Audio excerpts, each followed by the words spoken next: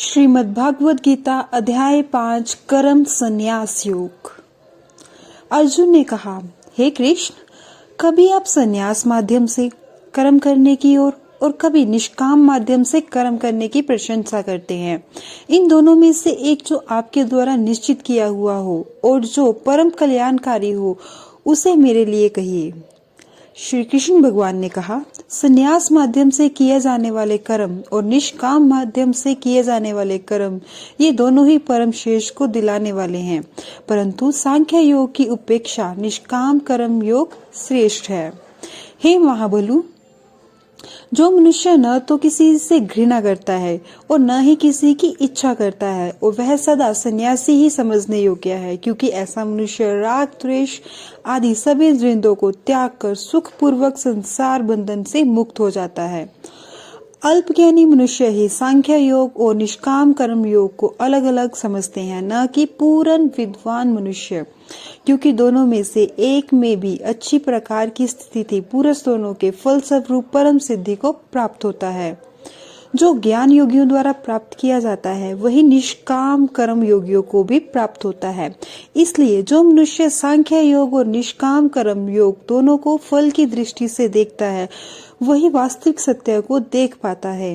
हे महाबाहु, निष्काम कर्म योग के आचरण के बिना सर्व सब का त्याग दुख का कारण होता है, और भगवान के किसी भी एक स्वरूप को मन में धारण करने वाला निष्काम कर्म योगी परम ब्रह्म परमात्मा को शीघ्र प्राप्त हो जाता है।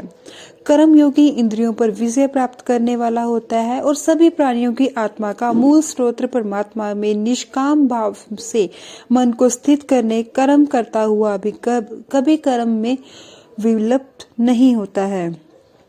कर्म योगी परम तत्व परमात्मा की अनुभूति करके दिव्य चेतना में स्थित होकर देखता हुआ, सुनता हुआ, स्पर्श करता हुआ, सूंघता हुआ, भोजन करता हुआ, चलता हुआ, सोता हुआ, श्वास लेता हुआ, इस प्रकार से यही सोचता है कि मैं कुछ भी नहीं करता हूँ।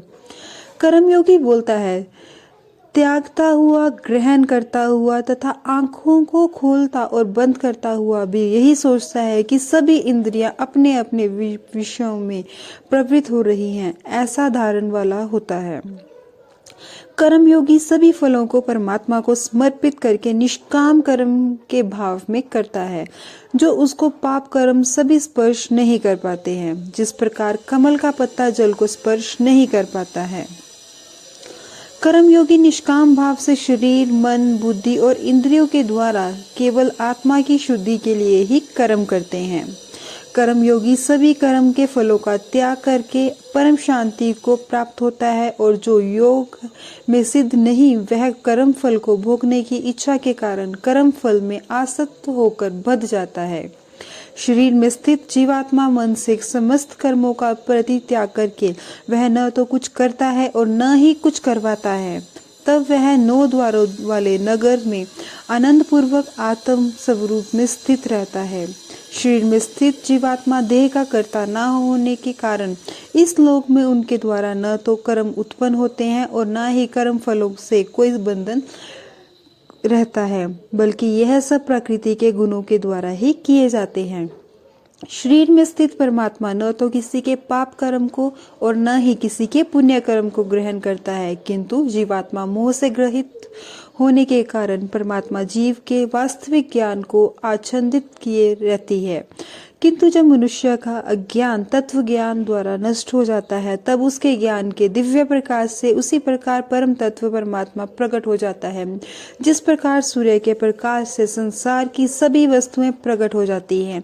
जब मनुष्य बुद्धि और मन से परमात्मा की शरणागत करके परमात्मा के ही स्वरूप में पूर्ण श्रद्धा भाव से स्थित होता है, तब वह मनुष्य तत्व ज्ञान के द्वारा सभी पापों से शुद्ध होकर पुनर्जन्म को प्राप्त न होकर मुक्ति को प्राप्त होता है। तत्वज्ञानी मनुष्य विद्वान ब्रह्म और विमर्श साधु को तथा गाय, हाथी, कुत्ता और नरभक्षी को एक समान दृष्टि से देखने वाला होता है। तत्वज्ञानी मनुष्य का मन सम भाव से स्थित रहता है, उसके द्वारा जन्म मृत्यु के बंधन रूपी संसार जीत लिया जाता है, क्योंकि वह ब्रह्म के समान निर्दोष होता है और सदा परमात्मा में ही स्थित रहता है। तत्वज्ञानी मनुष्य न तो कभी किसी की प्रिय वस्तु को पाकर हर्षित हो और न ही अप्रिय वस्तु को पाकर विचलित होता है। ऐसा स्थिर बुद्धि मोह रहित ब्रह्म को जानने वाला सदा परमात्मा में ही स्थित रहता है। तत्वज्ञानी मनुष्य भारी इंद्रियों के सुख को नहीं भोगता, बल्कि सदैव अपनी ही आत्मा के रमन करके सुख का अनुभव करता है। ऐसा मनुष्य निरंतर परम ब्रह्म परमात्मा में स्थित होकर असीम आनंद को भोगता है। हे कुंती पुत्र अर्जुन, इंद्रियों और इंद्रियों विषयों के स्पर्श से उत्पन्न कभी तृप्त न होने वाले यह भोग प्रारंभ में सुख देने वाले होते हैं और अंत में निश्चित रूप से दुख योनि के कारण होते हैं। इसी कारण तत्वज्ञानी कभी भी इंद्रिय सुख नहीं भोगता है। जो मनुष्य शरीर का अंत होने से पहले ही काम और क्रोध से उत्पन्न होने वाले वेग को सहन करने में समर्थ हो जाते हैं, वही मनुष्य योगी हैं और वही इस संसार में सुखी रह सकता है। जो मनुष्य अपनी आत्मा में ही सुख चाहने वाला होता है और अपने मन को अपनी ही आत्मा में स्थिर रहने वाला होता है, जो आत्मा में ही ज्ञान प्राप्त करने वाला होता है, वही मनुष्य योगी और वही ब्रह्म के साथ एक होकर परम ब्रह्म परमात्मा को प्राप्त होता है। जिनके सभी पाप और सभी प्रकार दुविधाएं ब्रह्म का स्पर्श करके मिट गई हैं, जो समस्त प्राणियों के कल्याण में लगे रहते हैं, वही ब्रह्म ज्ञानी मनुष्य मन को आत्मा में स्थित करके परम शांति स्वरूप परमात्मा को प्राप्त करके मुक्त हो जाते हैं। सभी संसारी की इच्छाओं और क्रोध से पूर्ण रूप से मुक्त सर्व स्वरूप सिद्ध आत्मज्ञानी आत्म संयमी योगी को सभी ओर से प्राप्त परम शांति स्वरूप परम ब्रह्म परमात्मा ही होता है। सभी इंद्रिय विषयों का चिंतन बाहर ही त्याग कर और आंखों की दृष्टि को भुवों के मध्य में केंद्रित करके प्राण वायु और अपान वायु की गति नासिका के अंदर और बाहर सम करके मन सहित इंद्रियों और बुद्धि को वश में करके मोक्ष के लिए तत्पर इच्छा भय और क्रोध से रहित हुआ योगी सदैव मुक्त ही रहता है। ऐसा मनुष्य पुरुष मुझे सभी यज्ञों और तपस्याओं को भोगने वाला, सभी लोकों और देवताओं का परमेश्वर तथा संपूर्ण जीवों पर उपकार करने वाला, परम दयालु एवं हितैषी जानकर परम शांति को प्राप्त होता है। इस प्रकार उपनिषद ब्रह्म विद्या तथा योग शास्त्र रूप श्रीमद् भागवत गीता के श्री कृष्ण अर्जुन संवाद में कर्म संख्या योग का 5वां अध्याय संपूर्ण हुआ।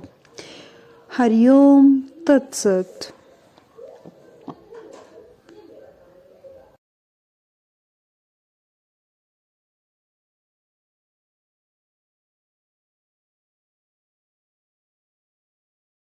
आत्मा के ही स्वरूप में पूर्ण श्रद्धा भाव से स्थित होता है, तब वह मनुष्य तत्व ज्ञान के द्वारा सभी पापों से शुद्ध होकर पूर्ण जन्म को प्राप्त न होकर मुक्ति को प्राप्त होता है।